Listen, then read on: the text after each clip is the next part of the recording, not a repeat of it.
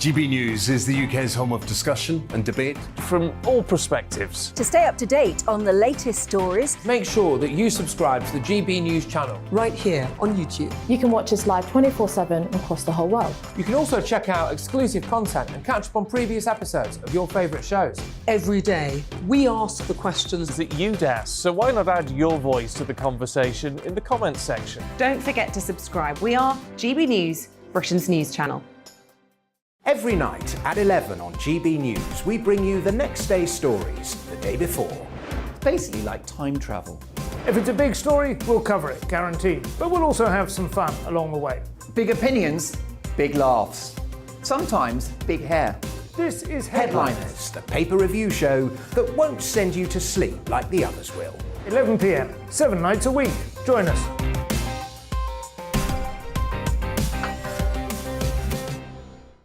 Hello there, I'm Eamon Holmes. And I'm Isabel Webster. And we hope you can join us for Breakfast with Eamon. And Isabel. You make me laugh out loud, belly laugh. Is that important first thing in the morning? Yeah, absolutely. And there's me trying to be deadly serious. News is a serious business. Yeah, I have to rein you in sometimes. Well, it doesn't stop us laughing at it. It doesn't stop us having an opinion on what's going on. Yeah. And it certainly will not stop us reflecting what you think. Weekdays from 6 to 9:30 on GB News. I'm Dan Wootton. Join me Monday to Thursday from 9 to 11 for the feistiest and most fun news debate on TV, where free speech reigns. I'll bring you a sharp take on the day's biggest stories, bombshell newsmaker interviews, and A-list guests. And I guarantee you, no spin, no bias, no censorship, and no reason to go to bed. That's Dan Wootton tonight, Monday to Thursdays from 9 on GB News.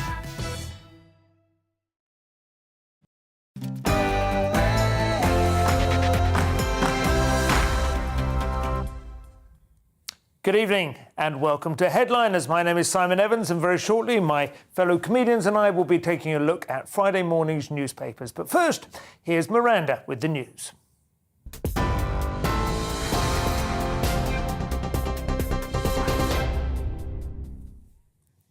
Good evening. The top stories from the GB newsroom. The Ministry of Defence says Russia's progress in Ukraine is slowing due to increased numbers of troops being sent to surround the cities. Speaking to Sky News, Boris Johnson has again ruled out imposing a no-fly zone over Ukraine, saying it would bring the UK and NATO into direct conflict with Russia, something he was determined to avoid. That's despite Russia's airstrike on a maternity hospital in the city of Mariupol, which left 3 people dead and at least 17 wounded. Well, as Ukrainians continue to flee the country, a group of 20 children suffering with chronic illnesses and cancer, along with 50 family members, have crossed into Poland. Paramedics carried them into a hospital carriage of a train equipped with stretchers and medical supplies heading to the border. Just a few of the 1.4 million people to have entered Poland from Ukraine since the invasion began. Well, the Foreign Secretary says President Putin has made his country a global pariah. Speaking at the Atlantic Council in Washington, Liz Truss says the public see the terrible suffering caused by this barbaric and illegal invasion against European democracy. She added that the global community must work together now to ensure that Putin fails in Ukraine. Putin has launched a full frontal assault, not just on the Ukrainian people, but also on the very foundation of our societies and the rules by which we coexist. Sovereignty, democracy, the UN Charter. He has shaken the architecture of global security. Well, meanwhile, the French president says it's unrealistic to engage in negotiations for Ukraine to join the EU whilst the country is at war. Emmanuel Macron made the comments as France hosts a 2-day summit for European leaders to discuss Russia's invasion.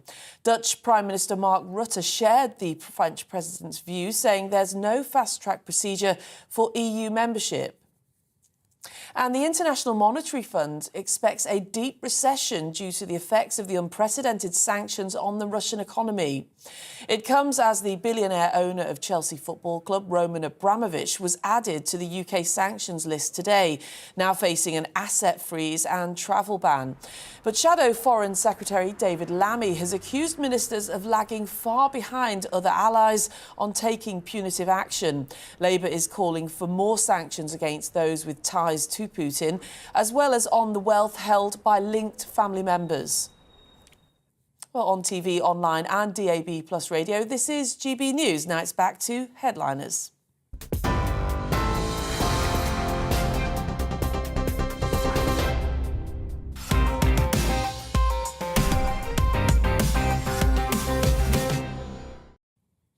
So, hello again and welcome back to Headliners with me, Simon Evans. Joining me tonight, Eric McElroy.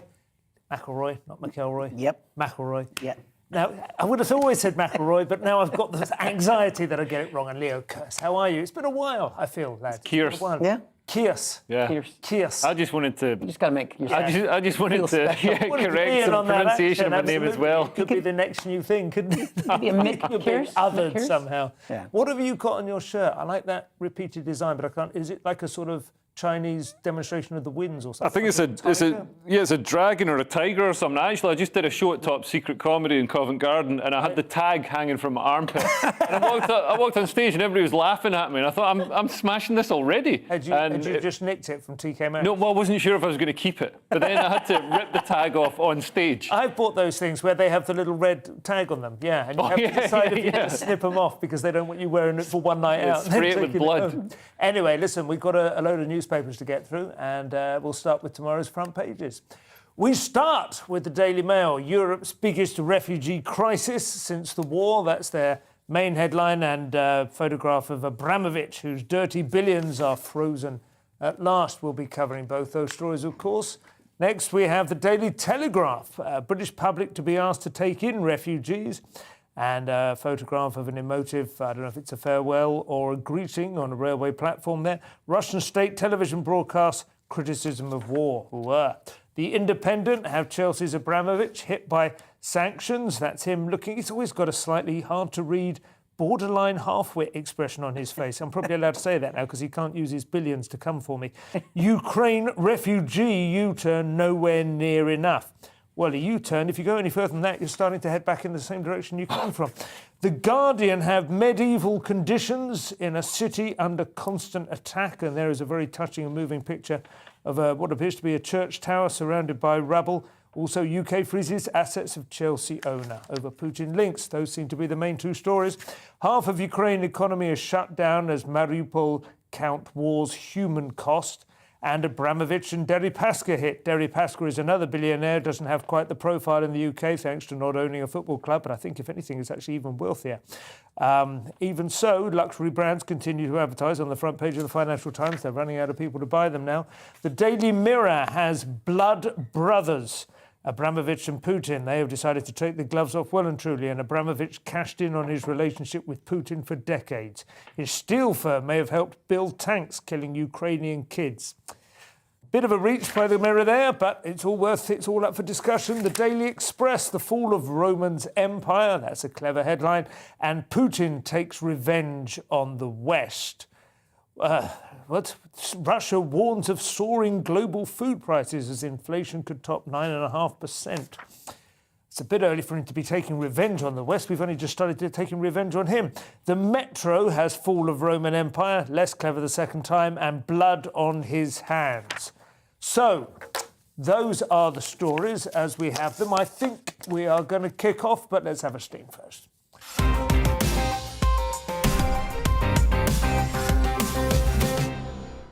So, Eric, are you starting us with this one? It's the Telegraph, but others are carrying it as well, and this is about refugees. Yeah, I mean, there's not many good news stories these days, but I think this is one that's overdue. The British public will be asked to take Ukrainian refugees into their homes. The story goes on to say that, I mean, we're at 2.2 million refugees so far. I mean, that was the original high number we expected. Now it's looking like 4 million refugees. Right. And finally, with movement from the Home Office today that was very much long overdue, Ukrainians are getting better access to come into the UK, and now we're being asked to open our homes for them. for up to 6 months. People have to be able to commit to it for a while.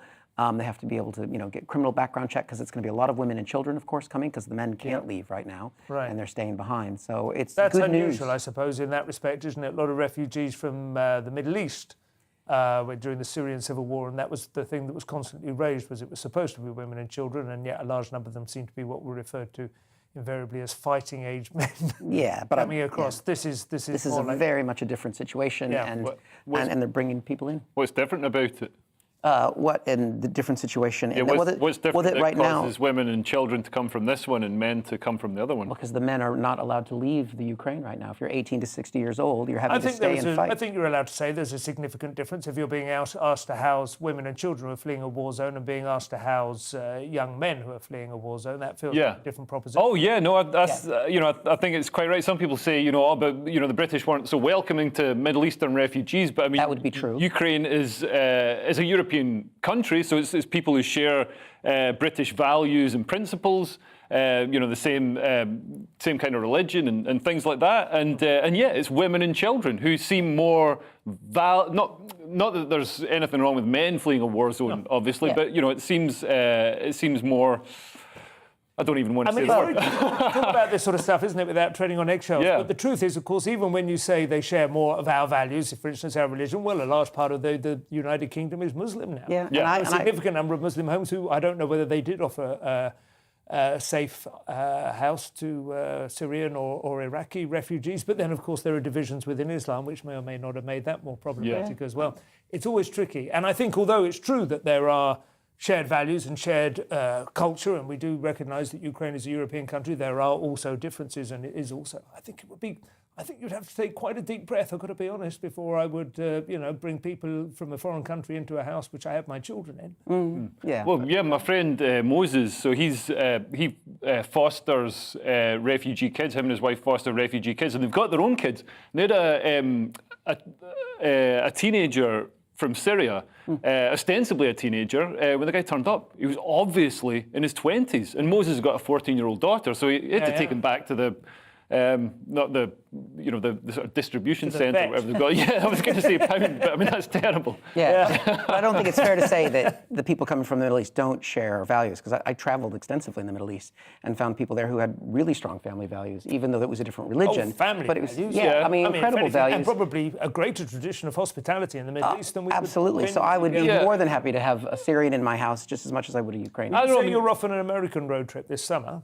Yes, that's right. Why not, Airbnb your house out over the summer while you're gone? Well, my landlord might not like that, but I can try. It's up to us to get the ball rolling. Leo, we've got some good old-fashioned pro-war propaganda from Friday's Sun, I think, coming up now. Yeah, so, I mean, we've seen quite a lot of pro-Ukrainian stories in the press that sort of paint a picture of Ukraine almost winning the war, which, if you pick a little deeper, we know that's not the case. Russia has got, overwhelming military might, and even though they're making a lot of mistakes and getting bogged down, and it's certainly nowhere near as easy as they thought it was going to be, Russia is the Goliath in this situation.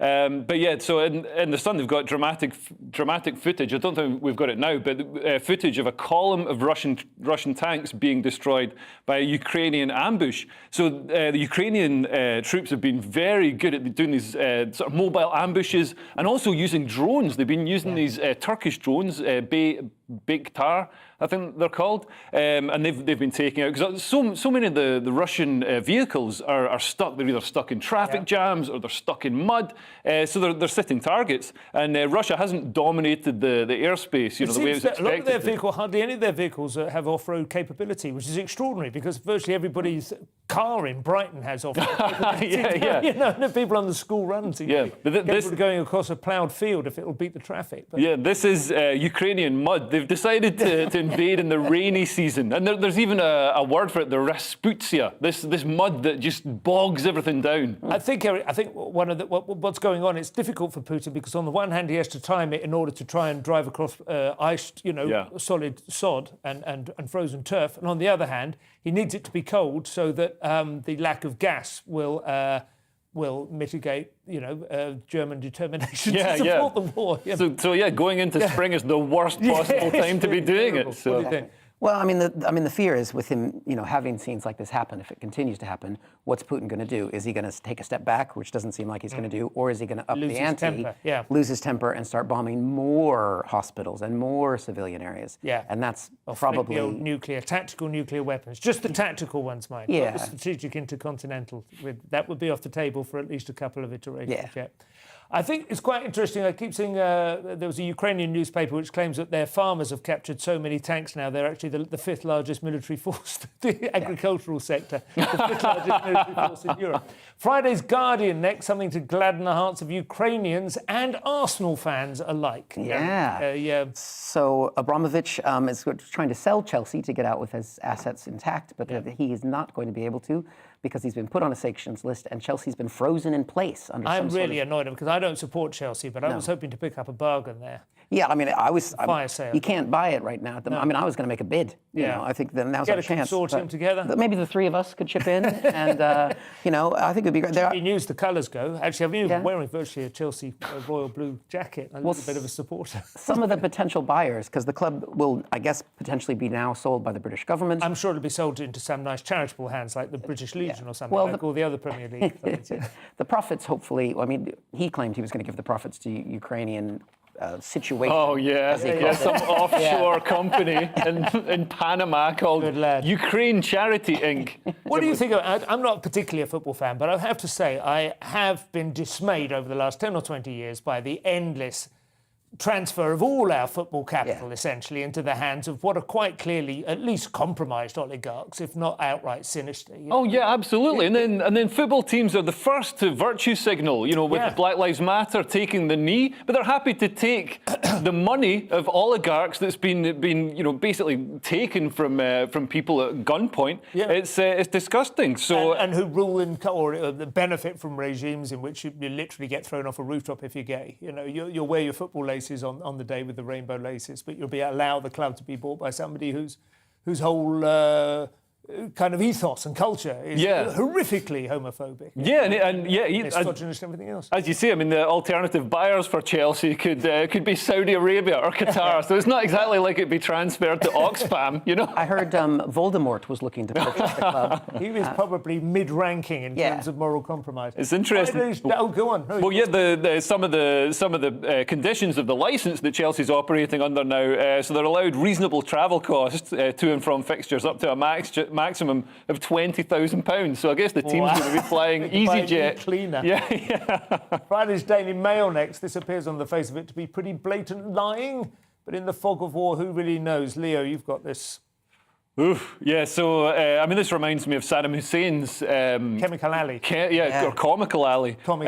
So this is Sergei Lavrov, the Minister of Foreign Affairs in Russia. So he's, Putin's attack dog who speaks to the Western media. So he was speaking after, more failed ceasefire talks. And he said, we're not planning to attack other countries. And just to make you feel, just in case you were feeling comfortable after he said that, he said, we didn't attack Ukraine either. So I think we might actually have a clip of that. Have we got the clip? Can we watch that? Ну и что касается вашего вопроса о том, планируем ли мы нападать на другие страны мы нападать не планируем. Мы на Украину не нападали. It is. That's in black and white. I suppose he's playing with language in the way that, to be fair, the Americans with their extraordinary renditions and so on, and special operations, what is he saying? We moved in, it's a peacekeeping mission still. I think it's like Darth Vader trying to do a Jedi mind trick. This war is not the one happening. One thing he did claim, which was interesting, potentially interesting, you may disagree, was that he claimed that this was, again, propaganda or fake news about the maternity hospital being bombed yesterday, that this was actually a building which they had information had been taken over and was being used as a base by Azov, who they say are the far right. Do you feel confident that we're getting accurate news reporting? You feel comfortable with your chosen sources? Well, there's Western news agencies all over Ukraine that are reporting on this from a variety of different perspectives, and even the Fox News reporters that are there, with their leanings, have been saying the same thing as quote unquote the mainstream media. So I feel like there's a broad range of voices. That's actually quite a useful test, isn't it? If Fox News are saying something that goes against the Fox News narrative, then it's probably fair. What do you think, Leo? I think some of this is misinformation because obviously Ukraine, when they're setting up their armaments and their defensive positions, they're in residential areas, but they've cleared civilians from the area. They're not using them as human shields, which I think is what they're being accused of in Russia. But I mean, obviously they've got to set up in residential areas because that's where they're defending. And also, if you set it up in the middle of a field, you know, it's going to be really easy to find and destroy. What if they set up in a hospital, having cleared several of the wards? Would you say then it had made it a legitimate target, or would you say it should be left alone? Well, no, but Russia's done this before. They've done this in other places. They've attacked in Georgia and in Syria when they were, you know, behind some of the attacks that were happening there, and then they blame it on nationalists that they claim. He called them Ukrainian nationalists, but I think the term is just Ukrainians. Yeah, and I think the Russian advance, because it's really got bogged down, they're now just going to go back to the tactics they used in Grozny and Aleppo, where they just carpet bomb. They use artillery shells to just absolutely raze residential areas. Yeah. So yeah, it's going to be brutal and disgusting. More of that. Eric, this next one back in the UK, and right in the middle of your ballpark, I suspect, our brave boys and girls in blue being denounced and trounced by pencil-necked pen pushers and desk jockeys. I can see where your leanings are for this story as we head into it here, but basically there's some major shortcomings in the police force, I think is the other way to say what you've just said, and that's according to the outgoing chief inspector of the constabulary. Constabulary, if I said that in the right way? This is not Cressida Dick, though. No, she's gone already, I think. This is Sir Tom Winson, and he's talking about the problems that exist in the force after the death of Sarah Everhart and the sexist and racist, you know, WhatsApp groups that were part of the Charing Cross police station. He's basically saying maybe we need to modernize some of the little police. He did have some good things to say as well, I believe. He said that some advances have been made in terms of diversity. Yeah, but I think, you know, I know probably inclusion isn't something that my fellow panelists would be inside of, but, you know, there's a variety of people who commit crime. There's a variety of ways to interact with people, and I think having a more diverse police force and maybe taking it away from the old boys club might be a good thing. Maybe changing some of the TV shows that glamorize policing would help, you know, focus on some different areas. What about some of the rap songs that glamorize crime then? Yeah. Would that be tit for tat? Yeah, but there's so many police shows where they've got, you know, the cop is slamming the guy against the thing. I don't think many people join the police on the basis of seeing, like, the screening. Yeah, but do you want a cop show to have somebody filling in paperwork? I mean, what just sitting exactly? Because fraud and, you know, corporate crime is stealing a lot more from this country than what's happening on any high street. It is a fair point to some extent that and I think he says it, that crime is always a changing thing, and we are, you know, there is a tendency in the police force, I'm sure as in the army, to fight yesterday's war all the time. It's very easy to say where you went wrong yesterday and think, oh no, we'll do it differently this time, and meanwhile the criminals are always moving on. Not always in a way that is easily tackled with physical violence. I mean, there is some truth to that, I guess. You know, I don't particularly agree with you that they should change the nature of police drama, but... Yeah, and this comment about diversity, and I think it's ridiculous. I worked with the Met. I was a criminal intelligence analyst for years. And no, I mean, I think, you know, you're basing this on your own prejudice. Yeah. You know, the post Stephen Lawrence, the Met made huge strides to improve inclusion and also procedures and remove racism. And also, I think the Met are being judged now. Officers are being judged on what they say in WhatsApp groups. And if we're all judged on what we said in WhatsApp groups, we'd all be in jail. There's a reason those messages are encrypted. Yeah, if Ofcom could see my WhatsApp messages, I would be banged up. Especially as we've said before, I think on this programme, that you're under high stress, you know, and you let off a bit of steam.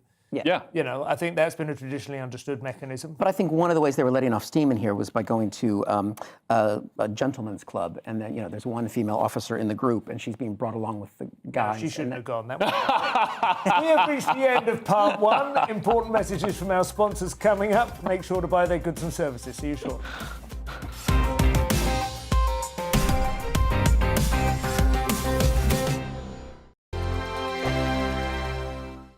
GB News is the UK's home of discussion and debate from all perspectives. To stay up to date on the latest stories, make sure that you subscribe to the GB News channel right here on YouTube. You can watch us live 24/7 across the whole world. You can also check out exclusive content and catch up on previous episodes of your favourite shows. Every day, we ask the questions that you'd ask, so why not add your voice to the conversation in the comments section? Don't forget to subscribe. We are GB News, Britain's news channel. Every night at 11 on GB News, we bring you the next day's stories the day before. It's basically like time travel. If it's a big story, we'll cover it, guaranteed. But we'll also have some fun along the way.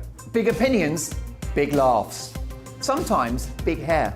This is Headliners, the paper review show that won't send you to sleep like the others will. 11 p.m, 7 nights a week. Join us.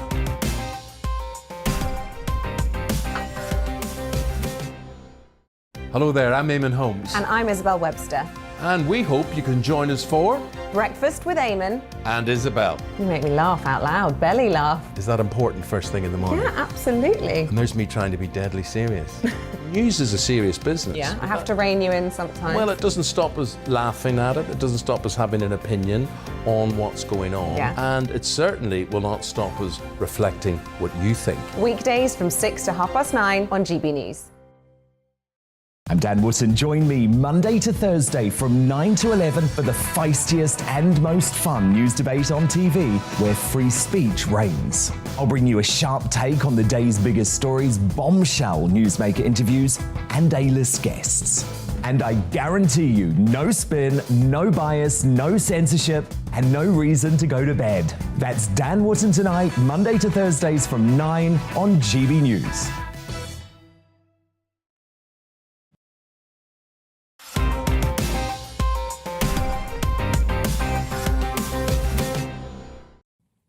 And welcome back to Headliners with me, Simon Evans, and my guests, Eric McElroy and Leo Kearse. So our story of the second third is, first story of the second third, Friday's Guardian now, and news from the only successful socialist enterprise this country's ever seen, perhaps in the history of the world. Why can't the NHS be more like John Lewis? That's what I want to know. A bit of good news. So the John Lewis partnership has restored its staff bonus after narrowing losses. So when we say a successful socialist enterprise, we just mean less unsuccessful than the previous year. Distributes the profits a little bit more evenly. Yeah, That is a good idea. I think it's a great thing. I genuinely think it's a great place to work. It distributes the losses.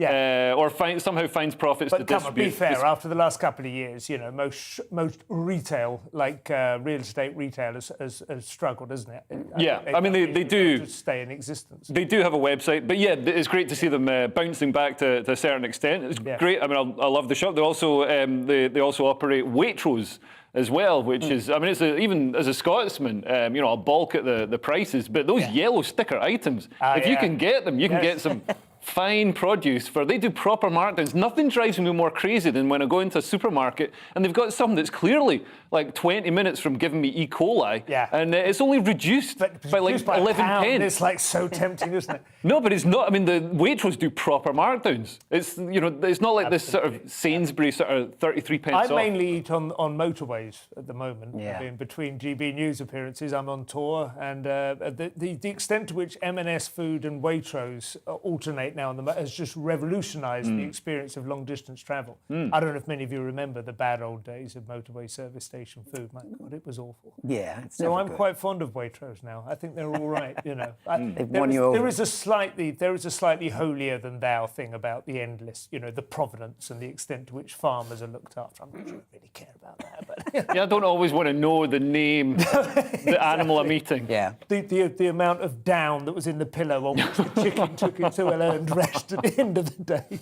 Nevertheless, that's good to see that naked capitalism is working well for John Lewis. Meanwhile, more naked capitalism from the company that put Blockbusters out of business, and I've never forgiven them for that. This is yours, Eric. You were a fan. Do you miss going down to the local video store and wandering around for hours? I miss some of the little rituals that used to make life kind of make sense for me. Yeah, I've had to explain it to my children a few times. Please rewind, be kind, rewind, all of that. Yeah. But this is Netflix. They've raised prices again, according to the Telegraph. They're going up to £15.99 a month. It's quite a lot. I mean, I remember when they were a fiver, although, to be fair, probably the range of goods on offer then was a lot less. That's probably when they were actually mailing you DVDs in the post and sending them back again. Obviously, part of it's inflation that's putting this up. Part of it is some of this. Now, I'm a fan of Netflix. I don't mind them. But part of it is they're adding stuff like video games to smartphones, which I think they could get rid of that right away. Yep. But what surprised me is that only half of UK households actually subscribe to Netflix. Of course, the other half just use their password. And maybe that's why they've had to raise their prices. We have Netflix. We do also have Disney Plus, and we do also have Sky. I mean, I cannot believe how, and of course a TV license. I cannot believe how much I pay for what comes through the TV these days. But it feels like anything less is virtually child abuse. You know, if your kids can't watch the shows that are being talked about, you may as well spray them with, with malodorous farm silage or something before you send them into school for their chances of sustaining a childhood friendship. Does nobody in your family know how to torrent for free? Yeah, piracy's come back in a big way. Piracy has really come back in a big way because there are so many different media channels. Yeah. So, when Netflix was the dominant one, everybody was happy to pay for Netflix. Now that you've got to pay for all these different media streams, people torrent instead. I think anybody that pays for these things it's like paying for plastic bags at the supermarket checkout. Yeah. Why would you do it? Because it's the law? Because there's a big cardboard cutout of a policeman by the window. Makes me feel guilty. On to Friday's Guardian again. Leo, the UK has sleepwalked into dysfunctional children's social care. That's rather an unsettling image. Yeah, so this is quite a worrying story. I mean, there's not a lot of fun stories in the paper tomorrow, but the Competition and Markets Authority has called for an overhaul of the UK market for children's residential and foster care, which is worth £6.5 billion. So we're talking a lot of money here. Yeah. So they found significant problems with the provision of privately dominated services. So children are frequently placed in homes miles from where they live, separated from their siblings and unable to access care and therapies that they need. So these are vulnerable children and not getting the right care. This is a sort of sorry to interrupt, but this is social care, but within the private sector, is it? Yes, so social care, but provided by the private sector. Yeah. We're seeing this replicated across a lot of public services because of short-termism, because the government won't commit the money to build, social housing, so they've got to pay for the short-term, B&Bs, which work out much more expensive and obviously much more unsettling. This foster care for these children They often end up being sort of concentrated in certain places like Great Yarmouth or Hastings, where there's a lot of this is like, general welfare housing and so on as well. It ends up being in places that aren't well suited, in fact, to their needs. It's just where there tends to be vacancies. Yeah. I don't know if that's happening here. Yeah, I'm not sure, but I mean, getting back specifically to the foster care, so I mean, the profit margins are huge for these companies. They're making a lot of money, so they average £150,000 a year for each place for a foster child. So that's an insane amount of money to be spent. An opening for you, though, Eric. Well, I mean, maybe 12 years of Tory rule and privatisation isn't the best thing ever. Is it terrible that we are trying to sort of encourage people to bring in refugees into this country and house them, when it sounds like maybe we could be encouraging people to foster? What we should be doing is both. I mean, that's the answer to that. Whenever people say, well, we can't bring these people in, of course we can bring these people in. We're one of the wealthiest countries in the world. We just came up with money out of nowhere to get us through COVID. We can definitely solve these problems. Okay. Well, we could maybe encourage people to be better parents. I mean, how about focusing on our core values and principles and encouraging people to be better people? For 12 years, I mean, encourage them. You feel no compunction about nicking bags from supermarkets, stealing videos with torrents. Cardboard policemen in the corner of the city. I'm talking about those other people, right? Not me. Friday's Sun now, Eric. Some good news about bad news. Yeah, it's a mix of good news, but it's still worrying. But it's saying that patients can get cancer test results within a month. That's the goal. Apparently, that's not happening right now. Right. What's the average at the moment? It's still weeks, I think it says in here. But it's not happening as quickly as it could. So they've had to move the goal so that people can know within that period of time if they've got a negative diagnosis. That would be an uncomfortable month, even. That's the hard part of this, is the waiting for that. Yeah. From then, though, if they've identified serious signs, you'll see a specialist within 2 weeks. But if you're on that border fence of maybe some symptoms but not serious symptoms, but beyond that, then the target to start the treatment is a whole 9 weeks. So then you might wait over a month to get seen. They say that part of the reason why the treatment takes 9 weeks to start is because there's a shortage of cancer specialists, thanks Brexit. But Brexit got to do with Brexit got to do with we didn't like get it throw the cancer. Oh my God, it's raining! Oh, it's Brexit. Brexit made it rain. But I mean, obviously, I'm a huge fan of the NHS because the American medical system is a nightmare. But they're doing things. There are other countries in the world, in America and Britain, which have. Why would I want? No other country would have me. Belgian or the Swiss or the Italian or the Austrian or the Swedish. There's quite a few different health systems. I have heard a number. I had a friend of mine actually who had a biopsy about just before Christmas, and to see if there was cancer, there was a chance of it, and then he waited for his results, and after about 2.5 months he rang his GP and went, I still have not had my results, and she said, oh no, they would have let you know if there was anything wrong. Yeah. It's like I've no had news tests is like good that. news. Right. They literally don't bother to tell you if it's all fine. Yeah, and this target to have cancer test results within a month seems to be, I mean, that seems like quite a long time for something like cancer. I mean, how long did you say your chlamydia results took? Still hoping. Leo, you can now check out Twitter while you're doing your monthly narcotics shop. This is interesting.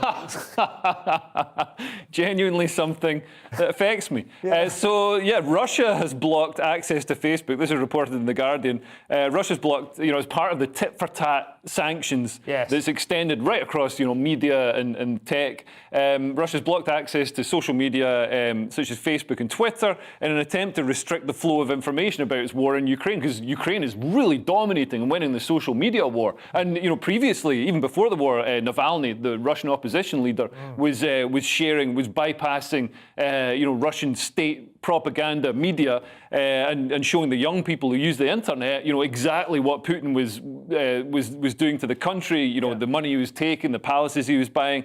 So because Twitter and Facebook want to get access back to the people of Russia, they're using an Onion service, which is some sort of Tor browser. Now I'm going to sound like I'm a 95-year-old trying to explain a compact disc, but it's an Onion service. So users can access this version of Twitter if they download the Tor browser, which allows... It does sound like at the Brass Eye cake. Cake is a made-up drug. Well, and talking to drugs, this is like the dark web, effectively. So previously it was This is where you used to go onto the Silk Road, which you could buy. You could literally, it was like Amazon, but you could buy anything. Extraordinary, yeah. You could buy weaponry, you could buy drugs, anything you wanted. But now it's being used for more socially responsible. And it's quite funny. I've read a couple of newspapers dealing with this, and they're very sort of keen to emphasise. Yes, in the past this was used for child pornography, but now it's being used for a good purpose. Honestly, there's hardly any child porn on there at all. I guess it's good. I'd still feel a bit nervous about downloading something like that. Yeah. You have to basically buy the software, don't you, which then allows you to get access to it. I think it's probably free. But I mean, some of the sanctions we've put on Russia, so they don't get Netflix, McDonald's, Pornhub.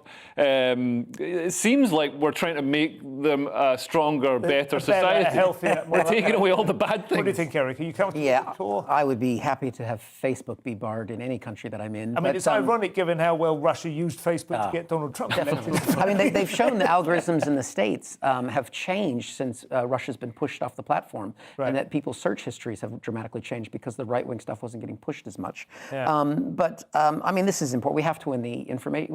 People in Russia have to get some other news and voices. And if this is a way to get in that past them, because they've done such a good job of convincing the Russian people that the Ukrainians are all Nazis and everything else. Do you feel that we've relinquished any of the moral high ground on this issue by banning RT, for instance, in the UK? I think because they are directly funded by a government that has invaded a Western democracy, no. No, fair enough. I got some money from them. What's interesting is Facebook is changing its terms, so you can now, people in Ukraine will be able to call for the death of Lukashenko or Putin, which is, I'm just worried that they're creating all these tools and they're being used against Russia now, but what are they going to be used against next? Always the concern. Eric, Friday's Daily Mail has a story about a lockdown skeptic getting a job. He's gotten a job of nowhere else in the World Health Organization, which is exactly where a lockdown skeptic should go.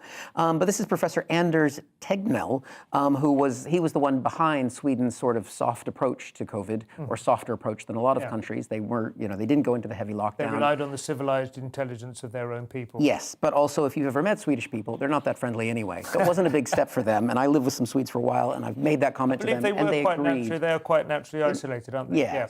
But he was a hero for a lot of people because he did take that more hands-off approach. They did some COVID protocols, but obviously not the full lockdown. Apparently, people have got tattoos of Tegnell because he's such a hero. Because I know there was a lot of use of needles over this crisis, but that's not where I would have gone with it. So he's got a job with the World Health Organization for some reason, even though 17,000 people died in Sweden during COVID, and it did have a higher per capita death rate than the other Scandinavian countries. So he got a promotion for that. But presumably he has some intelligence and some insights and diversity, I guess. Again, maybe I don't know. It sounds like a healthy approach. Even the World Health Organization is pretty compromised itself, isn't it? Which a lot of people think with ties to China and so on. What do you think, Leo? Yeah, and also, I mean, you say that more people died in Sweden than in neighbouring Scandinavian countries, suffered far fewer deaths than many European countries that have full lockdown. So I don't think we can, per capita deaths were higher than but lower than far fewer per capita deaths than countries that followed much more stringent lockdown rules. Yeah. But the statement here compares it to other Scandinavian countries. Yeah, and they also compare it to other European countries later on in the article, because I read past the first page. It is definitely the case. I'm a professional. They had worse results than Denmark and Norway. They have better results than most, more densely populated European. It's very, very And they didn't lose their human rights. But that's the amazing thing. Neither did we. I think that is a very important fact, and they will bounce back and they will probably be less emotionally scarred by the whole thing. I suspect that's a very significant consideration. Part 2 is at an end. Fear not. After the break, we'll be back to talk about such highbrow things as Tchaikovsky, Pericles, and a rather sticky carpet. See you there.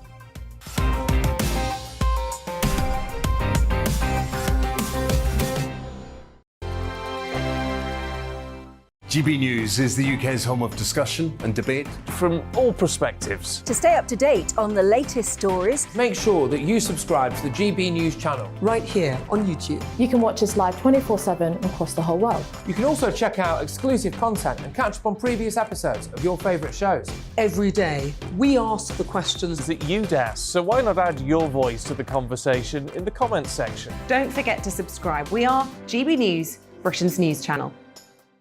Every night at 11 on GB News, we bring you the next day's stories the day before. It's basically like time travel. If it's a big story, we'll cover it, guaranteed. But we'll also have some fun along the way. Big opinions, big laughs. Sometimes big hair. This is Headliners, the paper review show that won't send you to sleep like the others will. 11 p.m, 7 nights a week. Join us.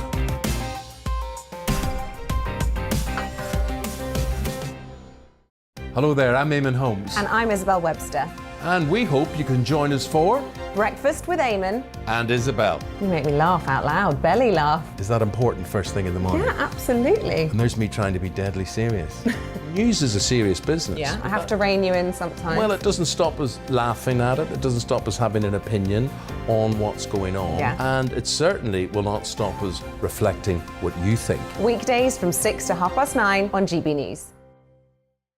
I'm Dan Wootton. Join me Monday to Thursday from 9 to 11 for the feistiest and most fun news debate on TV, where free speech reigns. I'll bring you a sharp take on the day's biggest stories, bombshell newsmaker interviews, and A-list guests.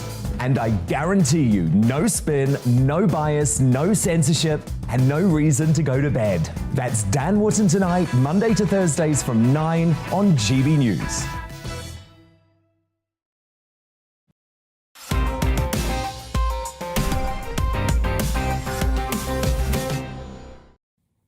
And welcome back to Headliners with me, Simon Evans. Joining me are Eric McElroy and Leo Kearse. On to Friday's Independent. Poor old Boris promised more police officers, but apparently they aren't the right sort of police officers, Leo. Well, they might have been the right sort of police officers a couple of decades ago. But yeah, Boris Johnson made a promise to recruit 20,000 more police officers, which is difficult at the moment. There's, the shortage of staff to hire. Anyway, because Brexit. Yes. No, because of the power of the UK economy. Yeah. So we're just generating too many jobs. I mean, who'd have thought this would be a problem? Bring in more people. A country is more than just an economy.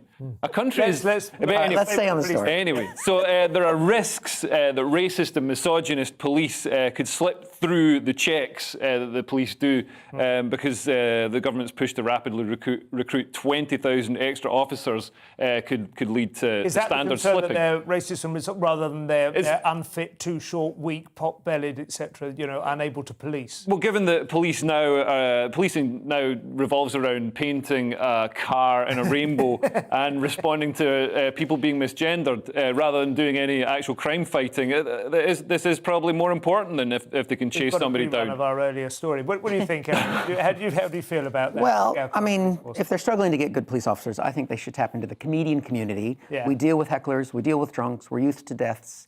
I think we're the perfect candidate. Yes, that's true. We have a natural air of authority about us as well, don't we? Yeah. Or indeed, of course, this could be an opportunity for Ukrainians to make a contribution to the society in which they find themselves guests for a year or so. Yeah. Well, yeah, and if they're bringing all those weapons that have been handed out in Kyiv, I think comedians would be great, because I mean, a lot of comedians are actually secretly racist and misogynist, so secretly they'd fit right in.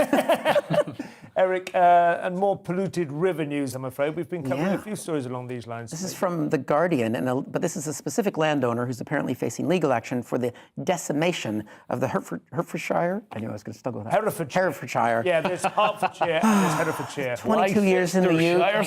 Hardly ever happened. Herefordshire River. Herefordshire is on the Welsh border. Beautiful country. Yeah, but apparently he's been knocking some trees into the river. But it seems like a very English story that we're more worried about protecting rivers than refugees.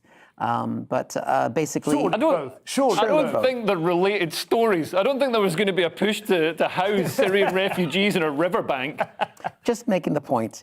But apparently he's been... Sure you are, but damaging a site of special scientific interest. He's been clearing out the river unnecessarily and reprofiling the riverbank, which I think means changing its photo on Tinder. Yeah, it's funny how that can become a very controversial thing in the countryside, is digging out rivers and making... Well, the way you change them, and it can change the life... there's animals. There's animals in the riverbanks. A lot of animals. So otters, for example, and everybody loves otters. Yeah, they're just amazing animals. Did you ever read Tarka the Otter? I read it, and also I followed a lot of otters on Instagram until I went to the zoo to see the otters, and the otter keeper said, don't follow otters on Instagram because they've been taken from the wild and kept in people's houses and fed an inappropriate diet, and I started feeling bad that I was following all these otters. Influencers. Yeah. Ban all social media. They are gorgeous, though, aren't they? The way they lie on their back and hold hands when they're asleep and they float on their back. Juggle with pebbles and stuff. Marvellous. Amazing animals. I've got to check this out. Friday's Daily Mail now. Backlashes to cancellations come around a little more quickly these days. I think it was only yesterday that this was initially hit the paper, and already there's a backlash. Yeah, so this is an orchestra, Cardiff Philharmonic Orchestra, is facing backlash, quite understandable backlash, over its decision to cancel Russian composer Tchaikovsky, which, I mean, I can totally understand it. Tchaikovsky didn't play a major part in the invasion of Ukraine, because he died in 1893. I mean, I get that... he was gay. Yeah, and I get that, I mean, you could emphasise that, couldn't they? Yeah, I mean, I don't understand the relevance. But, I mean, some Russian notable figures, like the gymnast Ivan Kuliak, who had the Z logo on the podium, which is, right next to the Ukrainian who won, I believe, absolutely disgusting. And the opera singer Anna Netrebko in the Met opera, whatever it's called. So she refused to denounce Putin. She's very pro-Putin. So I understand them getting cancelled. But Tchaikovsky, it's just as a programme, not as a conductor, not a Russian orchestra. This is the Cardiff Philharmonic. Yeah, the Cardiff Philharmonic. And The only thing I would note is I do think it's absurd, but the one tiny percent of pertinence is that it is the 1812 overture, which is triumphalist music about the repulsion of Napoleon. Yeah, so maybe just reschedule it till the summer. Find maybe the Pathétique, just Snow Lake,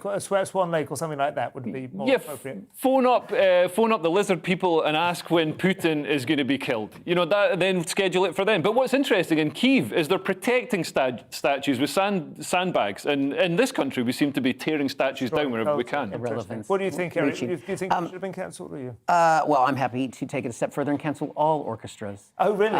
Because I just can't be bothered. But I mean, I obviously this is going to have moments of overreach as we kind of recalibrate. I think you're right. People who are supporting Putin, they probably don't deserve to be featured. But something like this is maybe a bit too far. Yeah. Dostoevsky came under scrutiny as well, I believe, in some university in Milan, I'm being told in my ear. But anyway, I'm sure these things... People just panic, don't they? On to Friday's Independent. Eric, the lighter side of sanctions now, perhaps one of the more dismal stockpilings since the British started filling their understairs cupboards with loo roll. This is... yes. McDonald's. So the Independent, because McDonald's is pulling out of Russia, and they're one of the first major Western companies to go in. So it is a significant symbol of the change that's happened in the last 30 years. But it's supposed to guarantee peace, in fact. It was said that no two countries had ever gone to war if they had both had McDonald's. Well, I think they were doing fine when they had McDonald's, but when they let Starbucks come in, that's when everything tipped. Got angry again. But people have been going in. There's 850 stores that are closing across Russia. Now, this this shows that maybe they have changed because someone has bought tons of McDonald's burgers and put them in a freezer and is trying to sell them for profit. So I think it's fair to say they're no longer communists in Russia. No. Clearly, the fascism has won. I mean, this is a good investment, apparently, is what some people are saying. Maybe not good for your intestine, but it just, they're stockpiling it. It's not going to be in very good shape after a day or two, are they? They're not in very good shape when they come fresh you off buy the it, grill. It's been cooked and then you refreeze it. That doesn't sound. Yeah. Oh yeah, it's not even that nice when it's hot. No. And some of the prices, given that Russia's facing an unprecedented economic crash, one of the sellers, this is for 2 burgers, 2 drinks, and a cherry pie. So about, I don't know, 12 quid's worth of food. Oh, God, there it is. We can see it. He was asking. It's less than that. So this is just 2 burgers, 2 drinks, and a cherry pie. He was asking for 7,500 Russian rubles, which is equivalent to £47. He would also accept Chelsea Football Club. But that is... What is going to happen when McDonald's pull out is Russians are going to run into McDonald's and just start selling burgers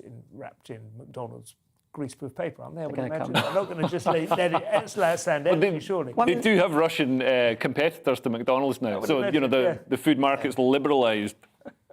Anyway, let's see what we've got next. This is, there's another story about McDonald's. Oh, my goodness. And this is probably something they are less keen on having shared, in fact.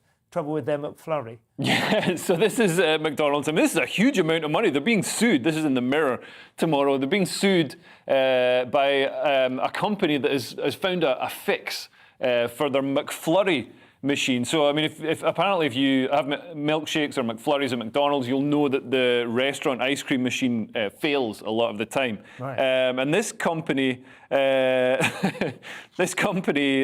called, what's it called? Kitch. Is that how you say it? Oh, yeah, here it is, second page. K-Y-T-C-H, yeah. Second page. So Kitch developed this thing that you stick on the machine, and it fixes the problem. So then the franchisees can keep selling their ice cream and their milkshakes and stuff. But McDonald's are really worried about this because it's a foreign, not foreign and overseas, but it's outside the company, and it also sends information back about their ice cream and flow rates and temperatures. It's like the Huawei of... yeah. So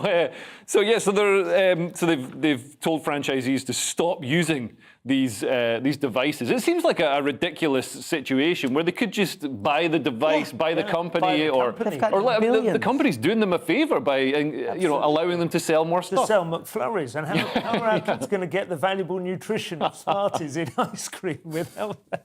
There's no other comparison, is there? McFlurries are a unique source of all the valuable sugars that children need to thrive and grow and flourish. Definitely, yeah. No, I agree with Leo on this, so we can agree at least once per show. Just buy the orchestras and let's have more McFlurries. Just buy the Kitch, fix the McFlurries. Yeah. Maybe there'll be peace everywhere. Various times now, computers are wading into historical debate. Eric, this is yours, I believe. Yes, this is AI is apparently filling in the gaps in ancient texts to clear Pericles from To clear him from one alleged... that is held in the highest esteem of all of the ancients. What does he need clearing on? Well, apparently, I don't know much about it, to be honest. I knew this was going to be, but apparently it's a company called DeepMind Technology, which is using this technology to fill in the gaps. They're the people who beat the world champion Go player, right? Of course, yeah. Same. And so they're using it to work on what was written about Pericles, the poems of Sappho, which we all want to hear the poems of Sappho, of course. You can get them from Pornhub. Yeah, exactly. I can fill in on this a little bit for you, if you like, because I did read about it. Pericles, it was a general of Athens, and he's most famous probably now for his funeral oration, which is in Thucydides' A History of the Peloponnesian War, which is sort of the template for all great wartime speeches, in most particularly Lincoln's Gettysburg Address is essentially a sort of reworking of the funeral oration. So that's the kind of guy he is. Does this segment count towards my grade? Yes, I think it will. But what it's capable of doing, this AI, is like analysing different texts and placing them in accurate historical context. Yes. So instead of saying the 4th century BC, it will go, this looks like 421 BC. And it seems, based on it being tested on things that we know the date of, it gets it accurate so incredibly often that they think it can probably be relied upon to be getting things correct elsewhere. You mentioned before we went on the stats on this that it's 62% accurate on its own, where humans are around 25%. But when you combine it with a human user, on top of what the computer's doing, then it goes up to 72% accuracy. Yes, So bringing the two together, yes, it's like the Tesla They call them of the centaur. Yeah. The human and the AI together. I think it's known as a centaur. They used to call him a cyborg. But yeah, essentially, this is good news, I think, don't you? I'm slightly suspicious of this is another job that's going to be taken away from you before you existed. Well, yeah, but also, then the computers are going to say, no, this is what the text said, and then everybody's going to say, well, that's what the text said. And it's like, no, that's what a computer said the text said. Yeah, it's better than nothing. So much of that stuff is in fragments. I want to hear the full thoughts of Heraclitus. On to Friday's Daily Mail now, a morbid story about morbid obesity, Leo. Yeah, so this is in the Daily Mail. So Stephen Mitchell from Essex, so he's the founder of a funeral comparison website, Compare the Coffin. So I've never logged on. Going begging at the moment if he wants to hire them. Doesn't sound that cheery. But apparently, and I don't think this will surprise anybody, their coffins are having to get bigger and wider every year to accommodate larger bodies. So they're going up to 23 inches wide, and the biggest coffin Steve has had to build is 39 inches. And he said it's costing families more money because you need a bigger burial plot. 39 inches, what, at the widest? At the widest point. And he says the widest point now, you always used to be the shoulders. That's why coffins have got that coffin-shaped shape. To elbow. And now it's at the waist. And think of the people who have to carry it as well. Are they going to extend it, make it like those floats that they have in Spain, where 50 people carry? Isn't there an argument possibly for just like sort of, I mean, I want to put this like as tactfully as possible, but just slitting them open and sucking the fat out before they put them in the I mean, there must be a machine you could do that with. So then when they're lying in state, when the family's got an open casket, like, what, he's looking good? Wow. Had he been on Herbalife before? But it's the whole process. Could restore him to how he looked when they met and first fell in love.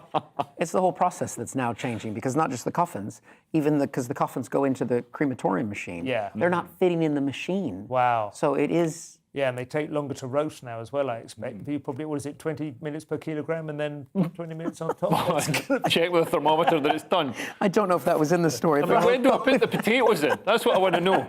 Friday's Mirror now, a story about sticky carpets, Eric. Let me jump to that. Where was that one? We skipped it. Oh, yes. It's our last story. Oh, right. Of the evening, oh, so good. Make sure you've got lots of information about sticky carpets. The UK's oldest nightclub, which is famous for its sticky carpets, is selling pieces of the floor for £50 a piece. Famous or infamous? That sounds like an infamous thing. Well, this is the title from the Daily Mirror says famous, but I think infamous is another way. Nightclub, it's the Acapulco nightclub in Halifax, and it's been known for its cheap booze and grim floor for years. Look at that carpet. We can see the carpet. So apparently he got Cthulhu. He's selling pieces of it because he got the idea. There was an 18-year-old in there who said, and his mother came in with him, and it was just like, it's the same carpet as when I met your father here. And then the grandmother, who's also clubbing, with the whole family's clubbing, which I guess you do in Halifax, the carpet was there when the grandmother was there. Because it was the grandmother making it sticky. You're assuming it's spilt drinks. I'm sure it's spilt drinks. But I love a sticky nightclub floor. I think that makes it charming. 50 quid for a slice of old carpet to it's sit a piece on. of history, to Leo. Sit on and eat your cold McDonald's that you paid £47 for. Glass, right, and hang it on the wall alongside their, other mementos from the era when they were young and swung.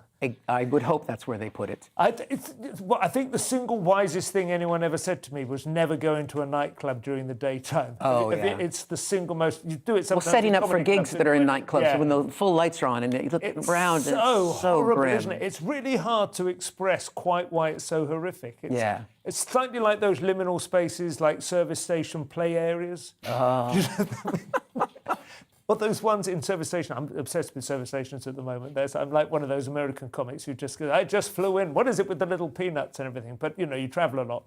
There's always a sort of what they would like you to believe is a casino, but it's in fact just some, fruit machines or whatever. Yeah. But they have pictures on the wall to suggest it's where all the really glamorous people in the service station would go. And that's why you're in that section. That's kind of where the nightclub is at, like that, yeah. Anyway, thank you very much. We've obviously appealed to people who couldn't be bothered to go to the nightclub tonight. It's been an absolute pleasure. Mark Dolan will be joined by Scott Capurro and Diane Spencer tomorrow night. Meanwhile, Leo and Eric and myself bid you a good night. Thank you. Bye.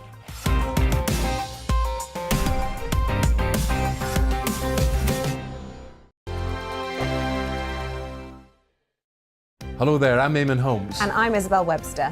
And we hope you can join us for Breakfast with Eamon. And Isabel. You make me laugh out loud, belly laugh. Is that important first thing in the morning? Yeah, absolutely. And there's me trying to be deadly serious.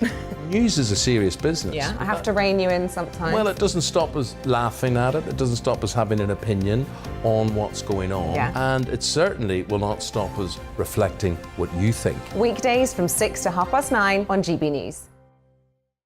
My name's Tom Harwood, and every weekday we bring you The Briefing live from 9:30 a.m. The stories, analysis and live debate that you need to hear. Quite right, Tom, of course. Was this something that had been considered at all? Difficult to answer. Gas-guzzling helicopters circling. Noise is being made here. Joe Biden walking out. Thank you very much for joining us. Don't miss it. The Briefing with me, Tom Harwood, Monday to Friday, 9:30 a.m. on GB News. GB News is the UK's home of discussion and debate from all perspectives. To stay up to date on the latest stories, make sure that you subscribe to the GB News channel. Right here on YouTube. You can watch us live 24/7 across the whole world. You can also check out exclusive content and catch up on previous episodes of your favourite shows. Every day, we ask the questions that you'd ask, so why not add your voice to the conversation in the comments section? Don't forget to subscribe. We are GB News, Britain's news channel. Every night at 11 on GB News, we bring you the next day's stories the day before. It's basically like time travel. If it's a big story, we'll cover it, guaranteed. But we'll also have some fun along the way. Big opinions, big laughs. Sometimes big hair. This is Headliners, the paper review show that won't send you to sleep like the others will. 11 p.m, 7 nights a week. Join us.